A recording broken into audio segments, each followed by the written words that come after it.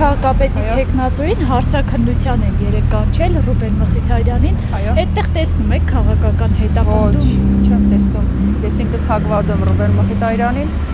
Ցանկություն ունեմ, որ ինձ կանցնել այս քաղաքապետ։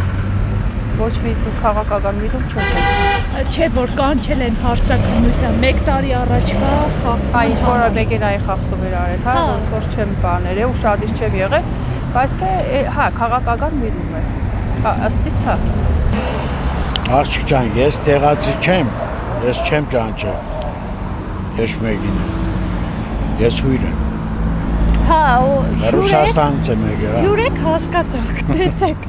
1 տարի առաջվա խախտումի համար կանչում են հարցաքննության ընտրությունների ֆոնին։ Ուրեմն պետք է օրական չենք։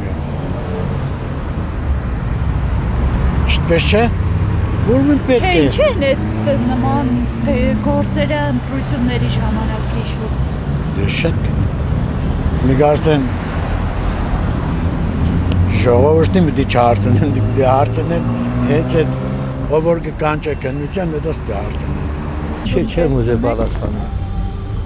Heç մեկին։ Դուրս չեմ գալ։